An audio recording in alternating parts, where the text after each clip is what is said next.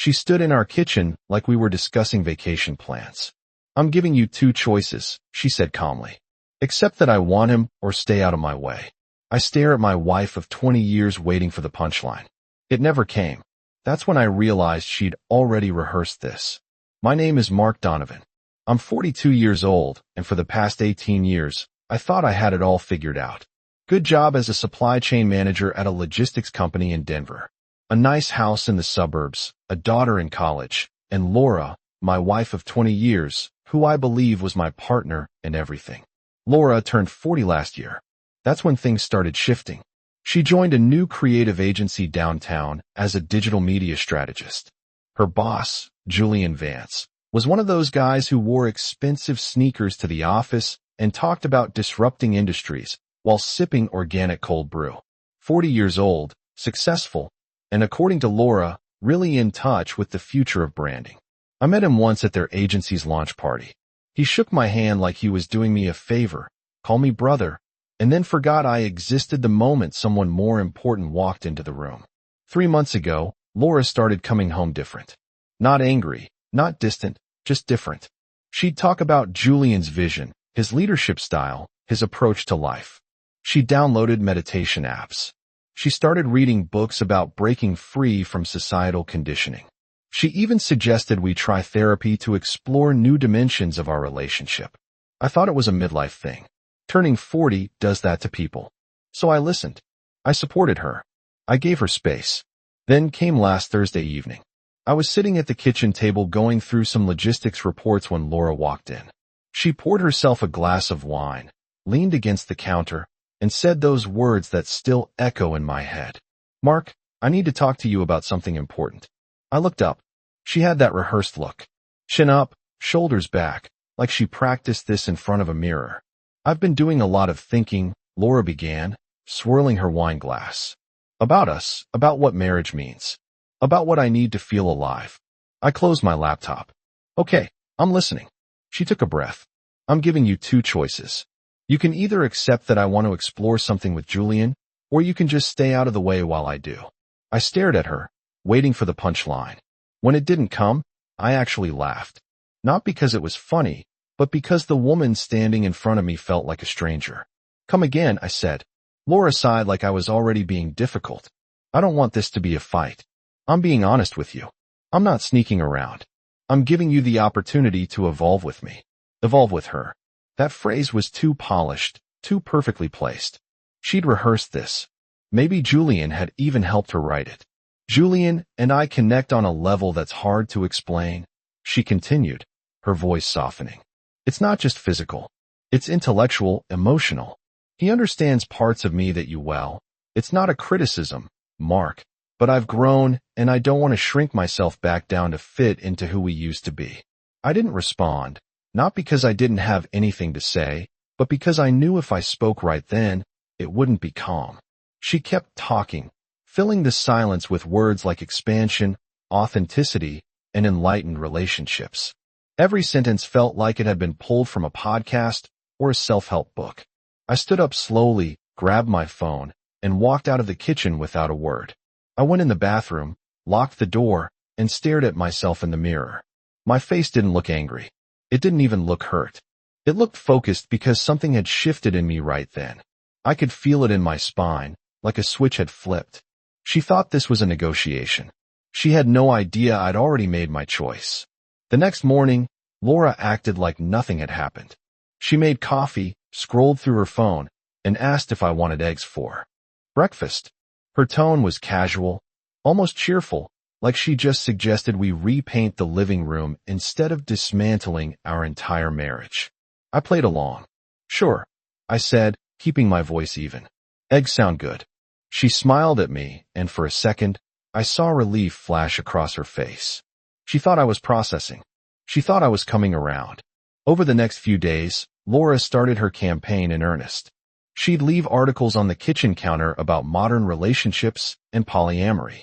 She'd send me podcast links with titles like Rethinking Monogamy in the 21st Century and The New Rules of Love. One evening, she sat down next to me on the couch while I was watching the news. "Did you listen to that episode Once Sent You?" Laura asked, tucking her legs underneath her. I started it. I lied. Good, she said, nodding.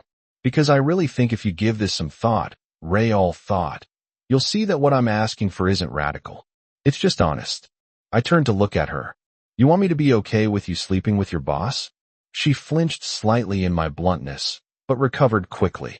I want you to understand that love doesn't have to be limited, that we can grow in different directions and still care about each other.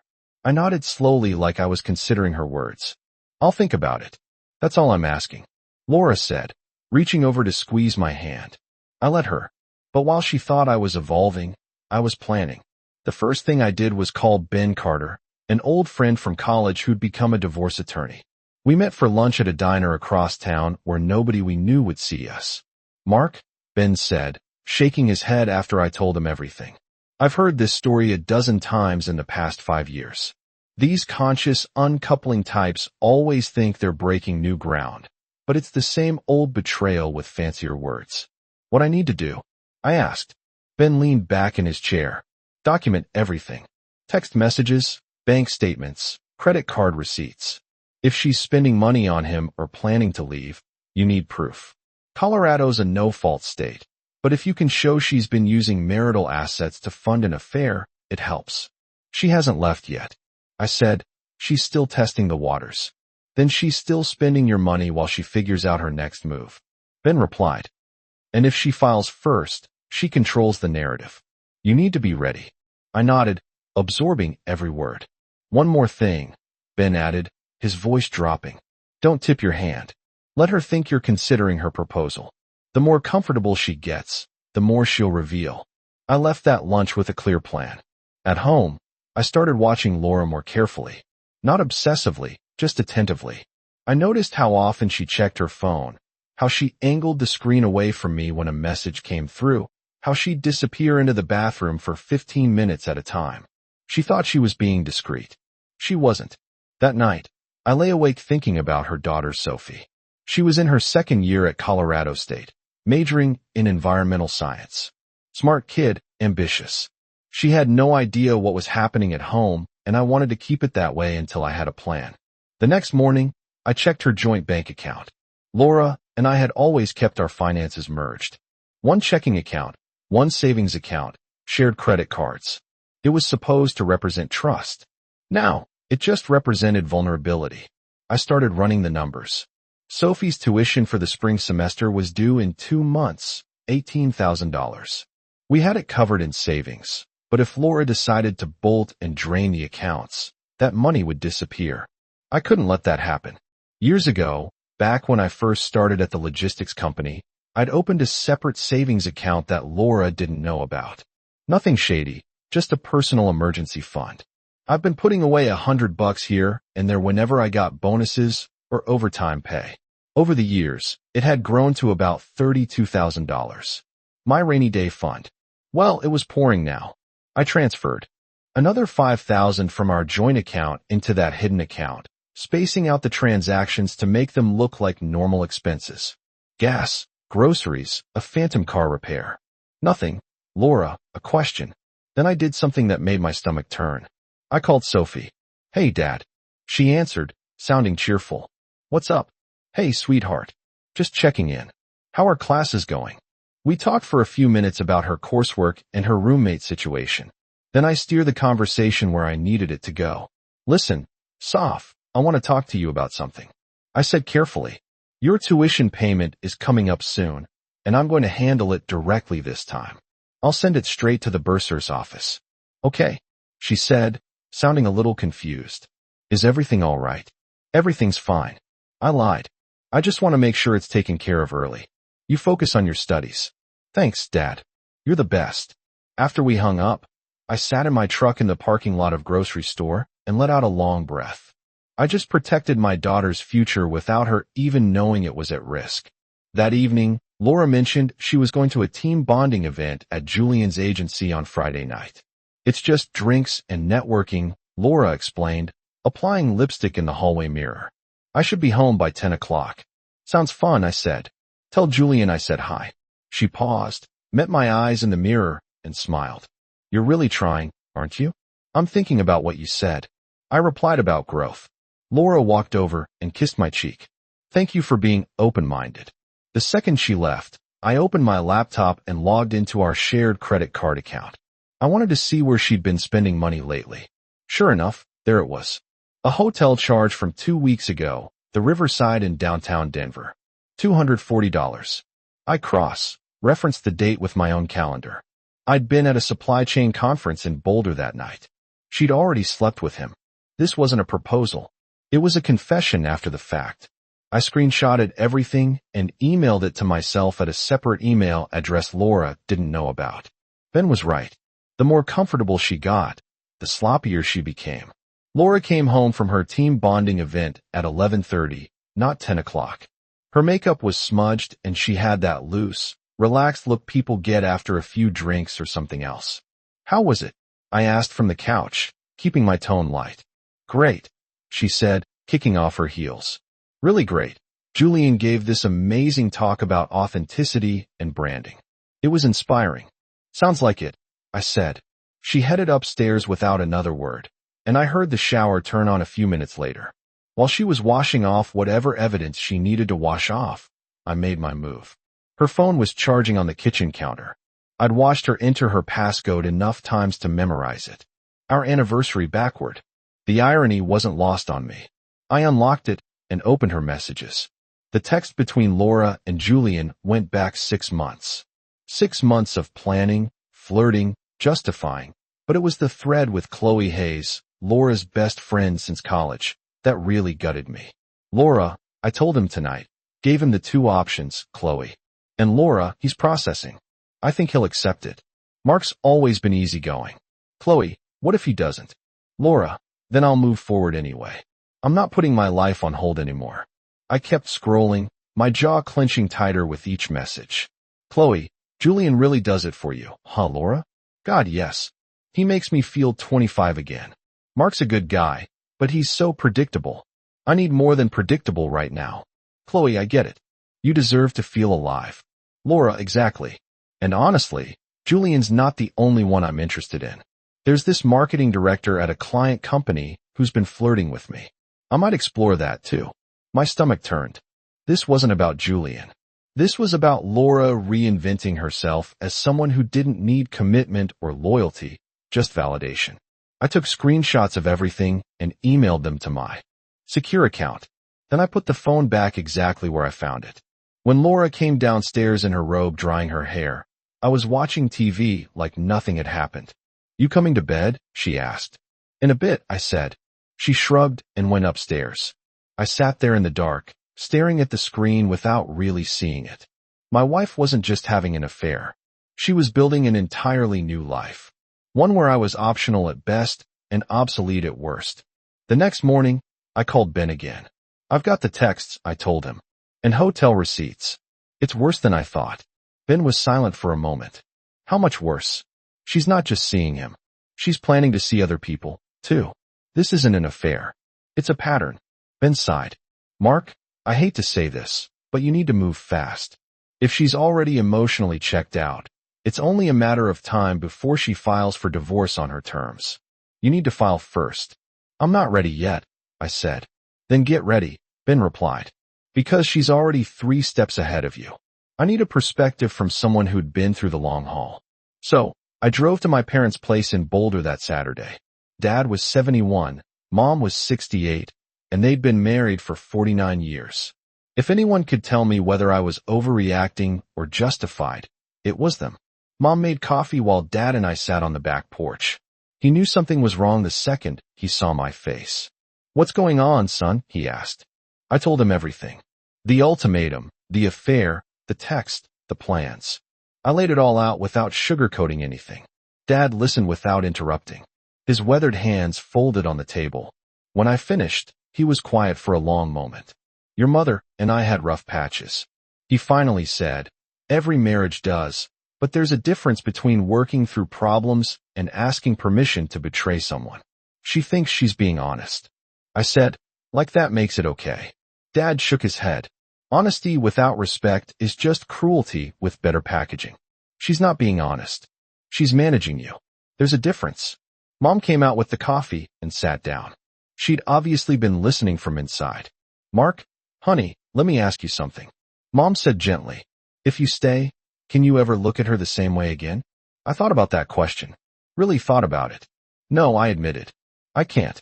"Then you already know what you need to do," Mom said. "The question isn't whether you should leave. It's whether you're going to leave with your dignity intact." Dad reached across the table and gripped my shoulder. "Your grandfather used to say something I never forgot. A man who tolerates disrespect invites more of it. You teach people how to treat you, Mark. Right now, Laura thinks she can do whatever she wants because you won't fight back." "I'm not a fighter," I said. "Fighting doesn't mean yelling," Dad replied. "Sometimes it means walking away before someone could take any more from you." When I got home that evening, Laura was on the phone in the bedroom. I could hear her voice through the door, low, intimate, laughing at something. I didn't need to guess who she was talking to. I went to the garage and pulled out 3 empty boxes from storage. Then I walked into our bedroom closet and started packing her things. Not all of them, just enough to make a point. Her favorite dresses, the shoes she bought for her in networking events, the expensive perfume Julian had probably complimented her on. I packed them carefully, almost tenderly, and stacked the boxes in a guest room. Laura didn't notice. She was too busy living her double life. That night, I slept in the guest room for the first time in 20 years. When Laura asked why, I told her I had a cold and didn't want to keep her awake with coughing. She accepted the excuse without question. She had no idea the walls were already closing in. The following week, I did something I'm not proud of, but I'd stopped caring about playing fair. Laura had left her laptop open on the kitchen counter, and I saw an email notification pop up from someone named Evan. Evan, not Julian. Curiosity got the better of me. I clicked on the email thread. It was exactly what I feared. Another man, another flirtation, another connection. This Evan guy was a marketing director at one of Julian's client companies. The emails went back 3 weeks and were already crossing professional boundaries. Laura hadn't just been lying about Julian. She'd been setting up a whole network. I opened her browser history. She'd been researching polyamorous communities in Denver and how to transition from monogamy to ethical non-monogamy. There were bookmarked articles about open marriages, forums where people discussed having multiple partners, and even a dating app profile she created under a fake name. My hands were shaking as I took screenshots of everything. This wasn't a midlife crisis. This wasn't even about Julian. This was Laura trying to rewrite 20 years of marriage, and as something unrecognizable, and she expected me to just accept it as her evolution. I called Ben immediately. "I need to file," I said when he answered. Now it happened. She's not just cheating with one guy. She's building an entire alternate life, dating profiles, multiple men, plans to explore polyamory without asking if I'm even okay with it first. Ben was quiet for a beat. "How soon can you get to my office?" "Tomorrow morning. Bring everything you've got." He said we're going to bury her. That night, Laura came home late again, nearly midnight. She kissed my forehead like I was a roommate instead of her husband. "Long day?" I asked. "Exhausting," Laura said, heading toward the stairs. "But good, really good, Laura." I called after her. She turned back. "Yeah. Do you remember our wedding vows?" She blinked, caught off guard. "Of course I do." "Why?" "Just curious," I said, wondered if they still meant anything to you. Her expression hardened slightly. "Mark, don't do this. Don't make this harder than it needs to be." "I'm not making anything hard," I said calmly. "I'm just trying to understand when you stop believing in the promises we made." Laura sighed, frustrated. "Those promises were made by different people. We both changed." "Yeah," I said quietly. "We have." She went upstairs without another word. I sat there in the dark, feeling the weight of what was coming. But instead of dread, I felt something else. Relief. Because I wasn't the one who broken us. And soon, everyone would know it. I met with Ben the next morning and signed the divorce papers. He prepared everything, citing irreconcilable differences, but with all the documentation attached, showing Laura's infidelity, the misuse of marital funds, and her plans to continue seeing multiple partners. "Colorado's a no-fault state," Ben explained. "But this evidence will help with asset division and make sure she doesn't try to claim you abandoned the marriage." "When does she get served?" I asked. "I can have the papers delivered tomorrow if you want." Ben said. But you need to be prepared for the fallout. She's going to feel blindsided. Good. I said she should know what that feels like. That evening, I called Sophie. It was time to tell her before she heard it from her mother. Hey, Dad. Sophie answered. What's up, sweetheart? I need to talk to you about something important. I began, my voice steady. Your mom and I are getting divorced. Silence on the other end. Then what? What? I took a breath. Your mother's been having an affair with her boss. She asked me to accept it, to let her continue seeing him and potentially other people. I can't do that, sophomore. I won't. Oh my God, Sophie whispered. Dad, I'm so sorry. I had no idea. I know you didn't, I said. And I didn't want to burden you with this, but I needed you to hear it from me first. Your tuition is already paid for the semester, and that won't change. You're my priority always. Sophie was quiet for a moment. Does Mom know you're filing? She will tomorrow. Good, Sophie said, her voice firm. I can't believe she'd do this to you. To us. Your mother made her choices. I said carefully. You don't have to pick sides, honey. Dad, I'm 20 years old, Sophie replied. I'm old enough to know right from wrong, and what she did is wrong. After we hung up, I felt both relieved and heavy. My daughter knew the truth now, and she made her own judgment. The next day, I went to work like normal. Around 2 o'clock in the afternoon, my phone started ringing. Laura, I'll let go to voicemail. She called 3 more times, then started texting. What the hell is this? You have me served at work. Call me right now. I didn't respond. Ben had warned me not to engage directly. Let the lawyers handle everything. An hour later, she showed up at my office. My assistant tried to stop her, but Laura barged into my workspace, divorce papers in hand, her face flushed with anger. Mark, what is this?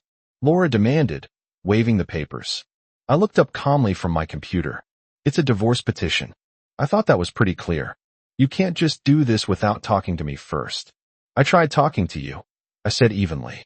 You told me I had 2 choices. Accept your affair or stay out of your way. So, I picked option 3. Laura's eyes filled with tears, but I couldn't tell if they were genuine or strategic. This isn't what I wanted. No, I agreed. You wanted permission to cheat while keeping the safety net of our marriage. I'm not giving you that. I love you, Laura said, her voice breaking. This isn't about not loving you. Then you have a strange way of showing it, I replied. Now, please leave. My lawyer will be in touch. Laura stood there for another moment, looking like she wanted to say more. Then she turned and walked out. I sat back in my chair and exhaled slowly. It was done. Laura didn't come home that night. I assumed she went to Julian's place or maybe to Chloe's. I didn't care anymore. What I did care about was making sure everyone knew the truth. Not just Sophie, but the people Laura had been lying to for months. I've been sitting on something explosive. Proof that Chloe wasn't just Laura's cheerleader in all this. She was involved with Julian, too. I'd found messages between Chloe and Julian that went back almost as far as Laura's. The 3 of them had been operating in some kind of twisted triangle where loyalty and honesty were just words people used when it was convenient. Julian had been sleeping with both of them, and Chloe's husband, Ryan, had no idea.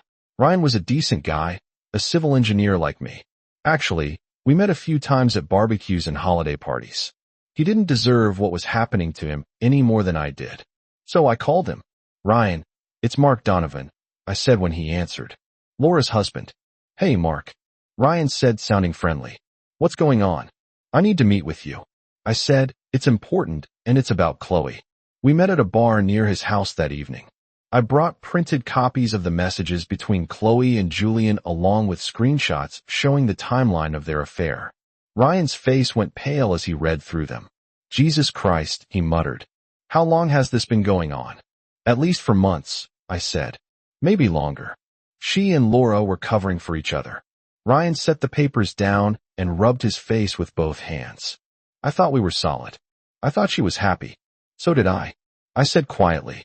But apparently we were both wrong. We sat in silence for a while. 2 men who'd been betrayed by people they trusted, trying to make sense of something that would never make sense. Finally, Ryan looked up. What are you going to do? I've already filed for divorce, I said. The papers were served yesterday. Ryan nodded slowly. I think I need to do the same. I'm sorry, man. I said, I know this isn't easy. Neither is living with someone who thinks you're too stupid to notice. Ryan replied bitterly.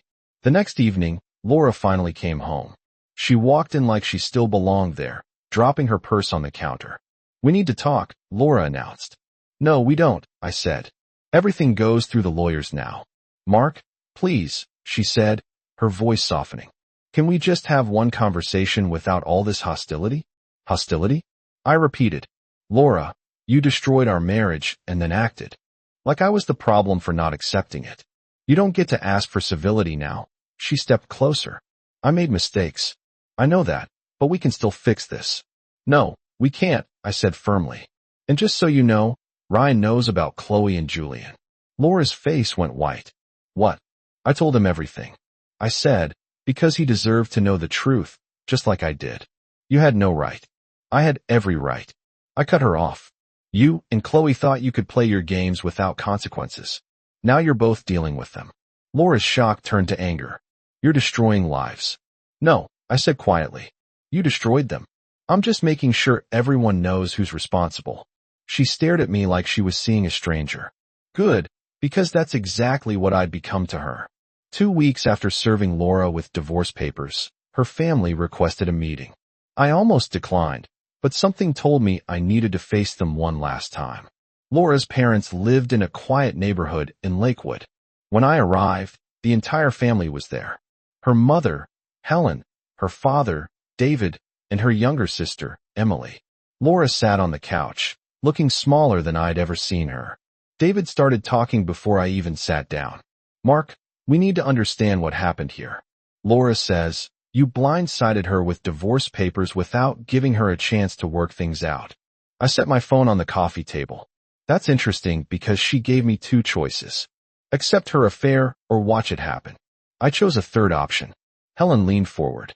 Marriages go through rough patches. You can't just give up at the first sign of trouble. First sign, I repeated calmly. Your daughter spent 6 months planning an affair. Spent our money on hotel rooms with her boss. Created dating profiles to meet other men. And then told me I needed to evolve and accept it.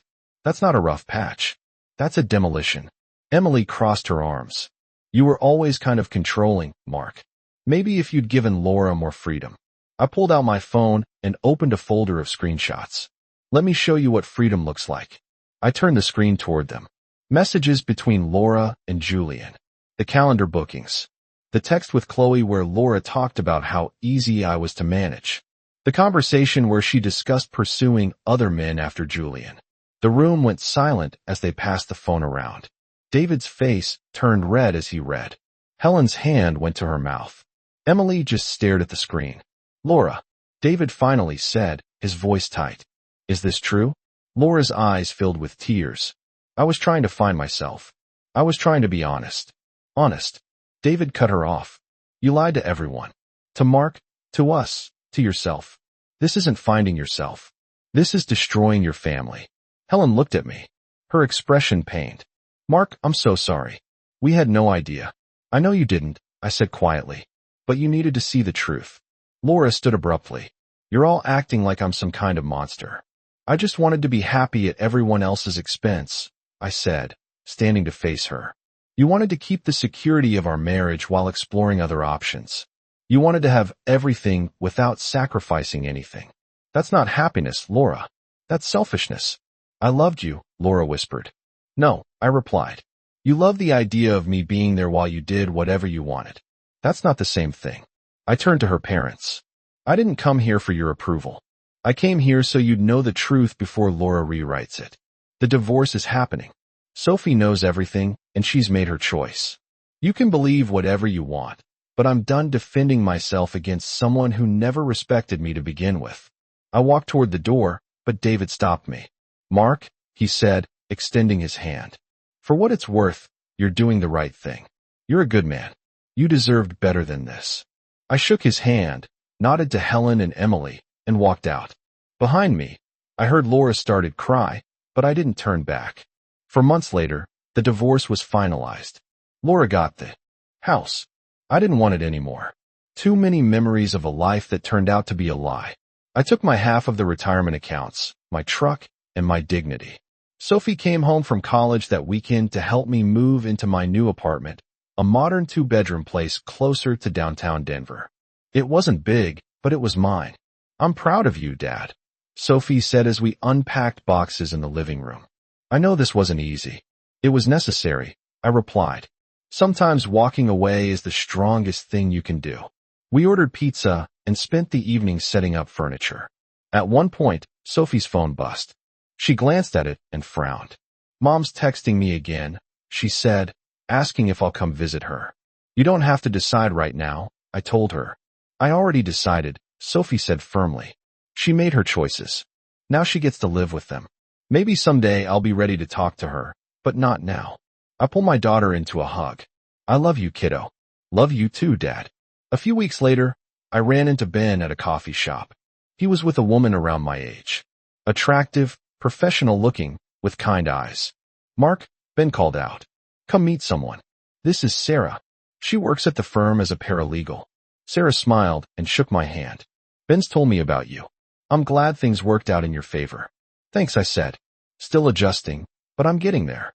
Sarah just moved here from Seattle, Ben added with a knowing grin. She's looking for recommendations on good hiking trails. I caught his meaning and smiled. I know a few. Maybe I could show you some time. Sarah's smile widened. I'd like that. We exchanged numbers, and for the first time in months, I felt something other than anger or relief. I felt hope. That evening, I stood on the balcony of my apartment watching the sun set over the mountains. My phone buzzed. A text from my dad. How are you holding up, son? I typed back. Better than I expected. Taking it one day at a time. His response came quickly. That's all any of us can do. Proud of you. I pocketed my phone and took a deep breath of cool evening air. Laura tried to rewrite our story into something where she was the enlightened one, and I was the obstacle. But in the end, I'd written my own ending. One where I chose self-respect over convenience, truth over comfort, and freedom over fear. Julian's agency shut down 2 months after the divorce. Turns out his disruption model wasn't sustainable. Last I heard, he moved to Austin to start over. Chloe and Ryan divorced around the same time Laura and I did. Ryan remarried last month, someone he'd known from his engineering firm. They look happy in the photos. As for Laura, I heard through mutual friends that she was still trying to find herself, bouncing between short-term relationships and self-help retreats. I hoped she'd find what she was looking for, but it wasn't my problem anymore. I'd build a new life, one where loyalty mattered, where promises meant something, and where I didn't have to compromise my values to make someone else comfortable. And that was worth more than any marriage built on lies.